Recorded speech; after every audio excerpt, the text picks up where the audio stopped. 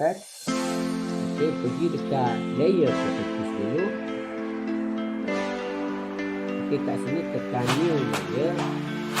Okey, kat sini tekan text. Okey, buat satu color. Okey, tekan hijau. Klik OK.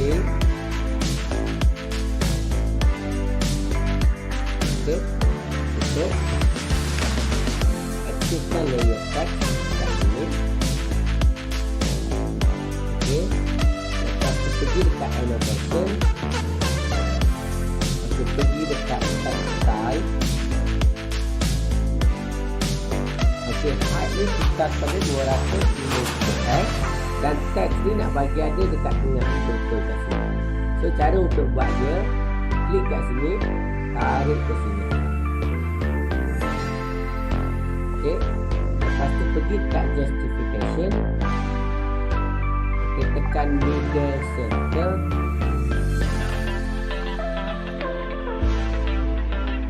MC. Okey, type master.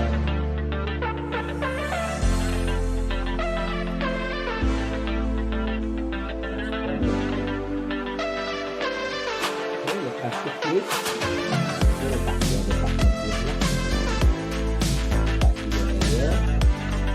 klik lah. Dua baris, kita boleh tekan sini.